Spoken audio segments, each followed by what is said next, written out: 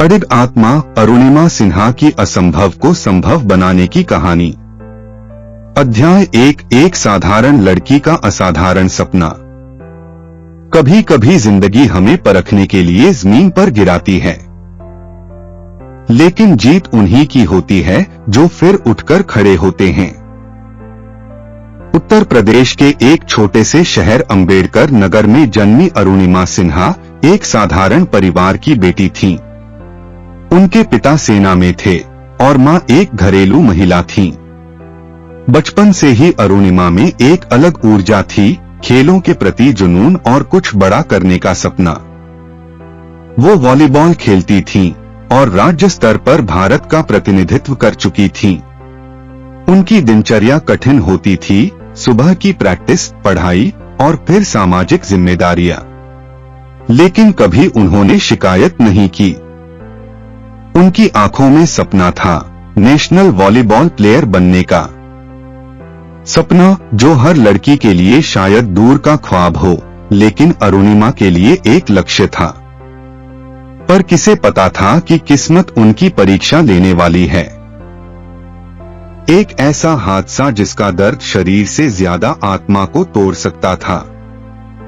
एक ऐसा मोड़ जो किसी की भी जिंदगी को अंधेरे में धकेल सकता था। लेकिन वहीं से शुरू होगी अरुणिमा की असली कहानी।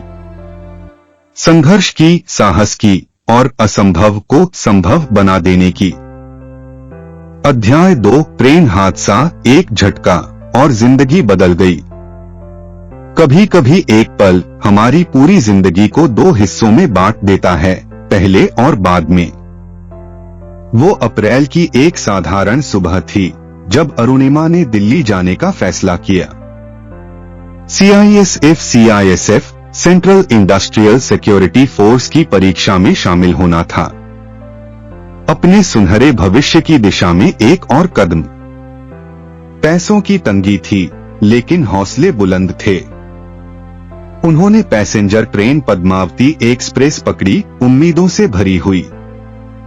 लेकिन उन्हें क्या पता था कि उस यात्रा में सिर्फ स्टेशन नहीं, बल्कि जिंदगी बदलने वाला था।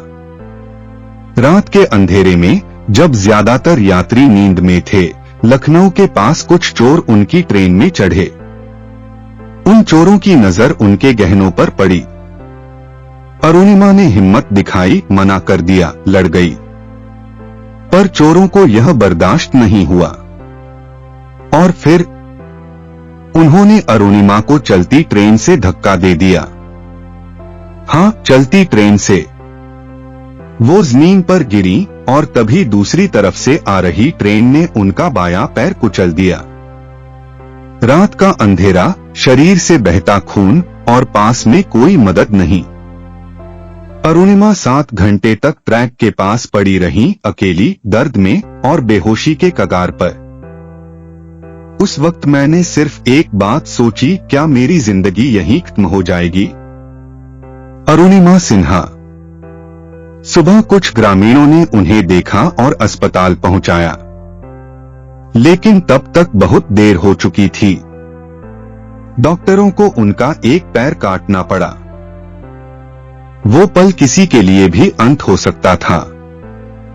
एक खिलाड़ी के लिए शरीर ही उसका अस्त्र होता है, और अब वही अस्त्र अधूरा हो चुका था। अरुणिमा बेड पर थीं, एक पैर नहीं था, दर्द असहनीय था, और सबसे बड़ा डर, अब क्या? पर वहीं से उनके भीतर एक नई लौ जगी।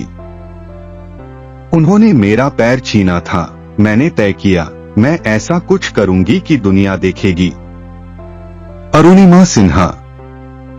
और यहीं से शुरू होगा उनका दूसरा जन्म। एक ऐसी महिला का जन्म जो अपने कृत्रिम पैर के साथ माउंट एवरेस्ट तक चढ़ेगी। अध्याय 3। अंधेरे में आशा की किरण।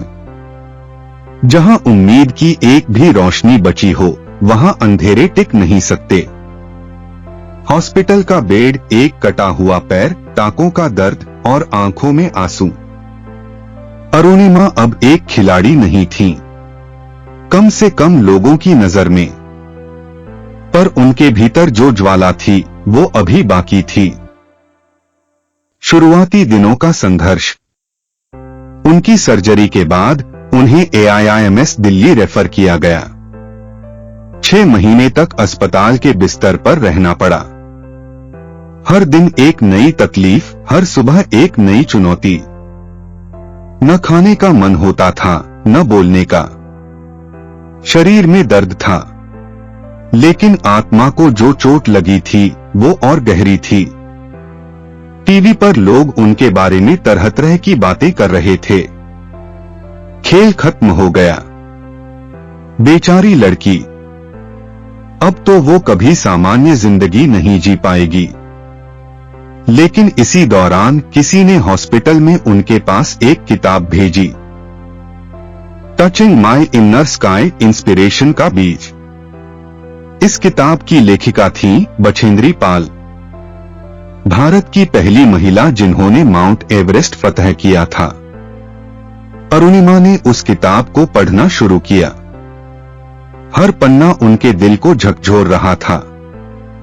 और फिर उनके मन में एक ख्याल आया, जब बछेंद्री दीदी कर सकती हैं, तो मैं क्यों नहीं। एक नया सपना, माउंट एवरेस्ट। कृत्रिम पैर के साथ माउंट एवरेस्ट। ये सोचकर भी किसी का दिल दहल जाए, लेकिन अरुणिमा के अंदर अब कुछ करके दिखाना है कि आग जल चुकी थी। जब उन्होंने ये बात हॉस्पिटल में अपनी मां और डॉक्टर को बताई, तो किसी ने नहीं माना। सबको लगा ये दर्द में बहकी बात है। पर अरुणिमा को अब अपने लक्ष्य की झलक दिख चुकी थी। और उसी दिन उन्होंने खुद से वादा किया, अब मैं सिर्फ जिंदा नहीं रहूंगी, मैं वो बनूंगी जो लोग सपनों में भी नहीं सोचते। उसी हॉस्पिटल बेड पर अरुणिमा का दूसरा जन्म हुआ। अब वो एक खिलाड़ी नहीं, एक योद्धा बन चुकी थी। अध्याय 4, संघर्ष, दर्द, ऑपरेशन और आत्मबल। दर्द से भागना आसान है, लेकिन उसी दर्द को रास्ता बनाना ही असली जीत है। कृत्रिम पैर से पहला कदम। अरुणिमा का ऑपरेशन सफल रहा था, लेकिन अब असली लड़ाई शुरू हुई। चलना सीखना, एक कृत्रिम पैर के सहारे। शरीर का संतुलन बिगड़ा हुआ था। हर सुबह फिजियोथेरेपी की टेरर थी। जैसे हर अंग चीख रहा हो, जैसे शरीर बार बार कह रहा हो, अब बस करो। लेकिन अरुणिमा ने उस चीख को इग्नोर करना सीख लिया। मानसिक लड़ाई, क्या मैं वाकई कर पाऊंगी? कभी कभी हिम्मत की सबसे बड़ी परीक्षा शरीर नहीं, मन में होती है। कई बार वह खुद से पूछती थी, मैं कौन हूं अब? क्या मैं सच में एवरेस्ट तक जा सकती हूं? क्या लोग मेरा मजाक नहीं उड़ाएंगे? पर हर बार वो अंदर से जवाब देती, मैं अब डर के लिए नहीं, इतिहास के लिए जी रही हूं। बछेंद्री पाल से पहली बात। हॉस्पिटल से डिस्चार्ज होने के बाद अरुणिमा ने सीधा संपर्क किया बछेंद्री पाल से। उन्होंने उन्हें टाटा स्टील एडवेंचर फाउंडेशन बुलाया। जब बछेंद्री दीदी ने उन्हें देखा तो आश्चर्यचकित रह गईं। एक पैर के साथ इतनी ऊर्जा, इतनी आग। अरुणिमा के इरादों ने उन्हें झकझोर दिया। तैयारी की शुरुआत। और यहीं से शुरू हुई अरुणिमा की सबसे कठिन ट्रेनिंग। दिन में 6 घंटे की फिजिकल प्रैक्टिस। 20-25 किलो का बैग लेकर पहाड़ों की चढ़ाई। बर्फ में चलना, गिरना, फिर उठना। ऑक्सीजन की कमी में खुद को संतुलित करना। और सबसे जरूरी, दिमाग को कभी न हारने देना। जहां सब खत्म होता लगता है, वहीं से असली शुरुआत होती है। अरुणिमा सिन्हा। अब अरुणिमा सिर्फ चल नहीं रही थी, वो उड़ने की तैयारी कर रही थी। एक नया इतिहास लिखने की ओर कदम बढ़ा रही थी। अध्याय 5, पर्वतारोहण का सपना, एवरेस्ट की ओर पहला कदम। सपना वो नहीं जो नींद में आए, सपना वो है जो आपको नींद से जगा दे। हिमालय की गोद में बछेंद्री पाल की निगरानी में अरुणिमा को भेजा गया Uttarkashi Tata steel adventure foundation के बेस कैंप में। यहां वो सिर्फ एक पर्वतारोही नहीं बन रही थीं, वो अपनी आत्मा को नए सिरे से गढ़ रही थीं। उनकी ट्रेनिंग में शामिल था रोज 10-12 किलोमीटर की चढ़ाई, भारी रक्षक के साथ संतुलन साधना, बर्फ और तेज हवाओं में चलने की तकनीक, क्रेवास बर्फ की दरारों में गिरने और बाहर आने की practice, rope climbing, glacier crossing और -डिग्री में सर्वाइवल। कठिनाई की हद, कृत्रिम पैर में बर्फ भर जाती थी, कभी कभी इतनी ठंड कि हाथ सुन्न हो जाते थे। अरुणिमा, कई बार वो गिरती, लुढ़कती और चोट खाती, लेकिन हर बार उठती और खुद से कहती, मैं हारने नहीं आई, मैं इतिहास बनाने आई हूं। पहला टेस्ट आइलैंड पीक। एवरेस्ट पर चढ़ने से पहले उन्हें एक टेस्ट मिशन मिला।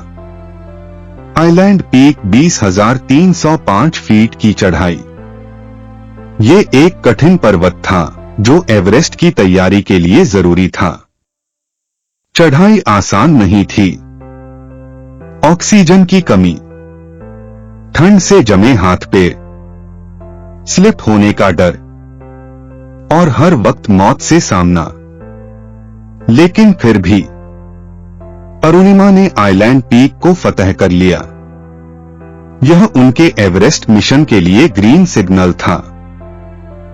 मिशन तय हुआ माउंट एवरेस्ट 2013। अब सब कुछ तय था। टीम तैयार थी, मेंटल स्ट्रेंथ चरम पर थी और अरुणिमा का हौसला अब फौलाद बन चुका था। अब रुकने का सवाल नहीं था। अब एवरेस्ट को छूना था, दुनिया को दिखाना था। अध्याय 6, हिम्मत बनाम हालात। एवरेस्ट की चढ़ाई शुरू। जब आप अपने डर के आगे खड़े हो जाते हैं, तब रास्ते खुद ब खुद खुलने लगते हैं। तारीख 1 अप्रैल 2013। स्थान Nepal, mount Everest base camp. ऊंचाई 17,600 फीट। अरुणिमा ने इंटरनेशनल टीम के साथ अपनी यात्रा शुरू की। हर एक साथी अनुभवी पर्वतारोही था और बीच में थी अरुणिमा, एक कृत्रिम पैर वाली भारतीय महिला जिसे सबने कहा था ये असंभव है। चुनौतियां हर कदम पर। एवरेस्ट की चढ़ाई एक खेल नहीं है। तापमान -30 डिग्री सेल्सियस। हवा की रफ्तार 100 किलोमीटर प्रति घंटा। रास्ता बर्फ, ग्लेशियर, खाई और मौत के जाल। ऑक्सीजन बेहद कम, सांस लेना भी मुश्किल। कृत्रिम पैर के कारण संतुलन बनाना बेहद मुश्किल था। हर 10 कदम पर पैर फिसलने लगता और बार बार उसे एडजस्ट करना पड़ता। लेकिन अरुणिमा ने एक मंत्र बना लिया था, 10 कदम, फिर रुक, फिर 10 कदम, बस चलते रहो। चढ़ाई के पड़ाव। एक base camp 17,600 feet, 2 camp 19,900 feet, 3 Khumbu icefall, मौत का सबसे खतरनाक रास्ता, 4 camp 2 21,000 feet, 5 camp 3 23,500 feet, 6 camp 4 26,000 feet, death zone. हर पड़ाव पर ऑक्सीजन की कमी से दिमाग सुन्न होता जा रहा था। एक समय तो ऐसा भी आया जब उन्होंने सोचा, अब यहीं रुक जाऊं, अब और नहीं। लेकिन फिर उन्होंने अपना एम्प्यूटेटेड पैर देखा और खुद से कहा, तू यहां तक आई है, अब तू खुद को पूरा करेगी। 21 मई 2013 सुबह 10:55 बजे अरुणिमा के कदम माउंट एवरेस्ट की चोटी पर पड़े। वो पल सन्नाटा, बर्फ, आंसू और इतिहास। मेरे पास शब्द नहीं थे, सिर्फ एक नाम था, भारत।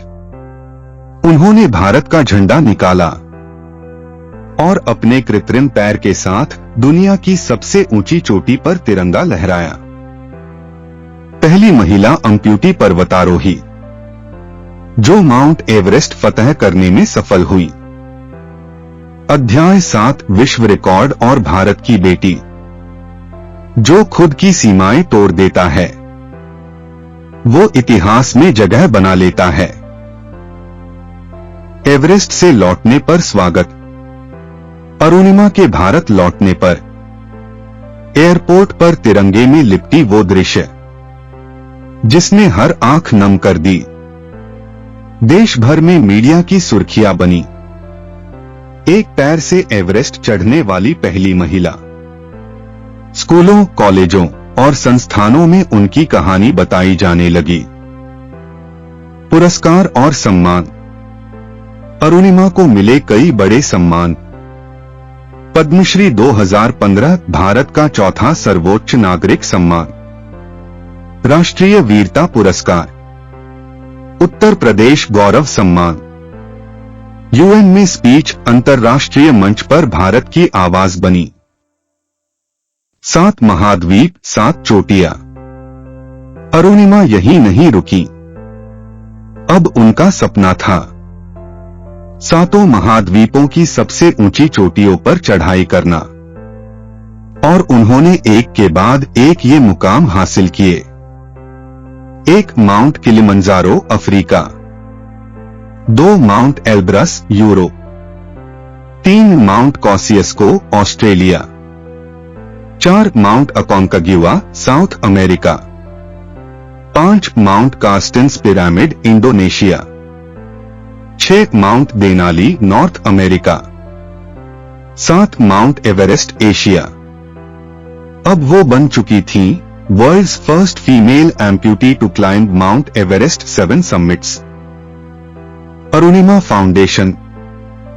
अरुणिमा ने अपने नाम पर एक संस्था शुरू की जहां वो गरीब बच्चों की शिक्षा में मदद करती हैं, दिव्यांग युवाओं को स्पोर्ट्स और करियर में गाइड करती हैं, देश भर में मोटिवेशनल सेशंस करती हैं। किताब born again on the mountain. उन्होंने अपनी जीवन कहानी एक किताब में लिखी जिसका नाम था born again on the mountain, जिसका अनावरण प्रधानमंत्री नरेंद्र मोदी ने किया। जब मैं इस किताब के पन्ने पलट रहा था तो मेरी आंखों में आंसू थे और सीना गर्व से चौड़ा हो रहा था। नरेंद्र मोदी। अरुणिमा का संदेश। मैं बताना चाहती हूं कि आपके हालात चाहे जैसे भी हों, अगर हौसला हो तो कोई भी एवरेस्ट छोटा लगता है। अध्याय 8 प्रेरणा की मिसाल। एक नाम, लाखों उम्मीदें। जो खुद टूटकर भी मुस्कुराना न छोड़े, वही दूसरों को जीने का हौसला देता है। लाखों युवाओं की प्रेरणा। आज अरुणिमा स्कूलों और कॉलेजों में जाकर युवाओं को मोटिवेट करती हैं। खुद दिव्यांगों के लिए एक रोल मॉडल बन चुकी हैं। आत्महत्या के कगार पर खड़े लोगों को जीवन की ओर मोड़ती हैं। उनकी हर बात में दर्द है, पर उसी दर्द से निकली हिम्मत की चमक भी। देश विदेश में सेमिनार। अरुणिमा आज TEDx स्पीकर हैं। यूनाइटेड नेशंस में भाषण दे चुकी हैं। हार्वर्ड, स्टैनफोर्ड जैसे मंचों पर अपनी कहानी सुना चुकी हैं। जहां भी जाती हैं, एक ही संदेश देती हैं। मुश्किलें आती हैं सबके हिस्से, लेकिन इतिहास वही बनाते हैं जो हार नहीं मानते। आम लड़की से असाधारण नायिका तक, कभी रेलवे ट्रैक पर खून से लथपथ लड़की, आज माउंट एवरेस्ट की चोटी पर खड़ी, तिरंगा लहराने वाली पहली महिला अम्प्यूटी। उनकी जिंदगी का सार। जिंदगी ने जब सबसे बड़ा वार किया, मैंने जवाब में सबसे ऊंचा पहाड़ फतह कर लिया। अरुणिमा का संदेश हम सबके लिए। एक, कभी हार मत मानो, चाहे हालात कितने भी बुरे क्यों न हो। 2, दर्द को ताकत बनाओ। 3, सपनों के पीछे ऐसा भागो कि दुनिया देखती रह जाए। 4, खुद पर भरोसा रखो, चाहे कोई साथ दे या नहीं। 5, हर किसी का एक एवरेस्ट होता है, बस चढ़ना शुरू करो। समाप्ति, एक प्रेरणादायक यात्रा। अरुणिमा सिन्हा की ये कहानी कोई फिल्म नहीं, ये हकीकत है, एक ऐसी हकीकत जो हमें सिखाती है कि अगर इरादा मजबूत हो तो एक कृत्रिम पैर भी दुनिया की सबसे ऊंची चोटी छू सकता है।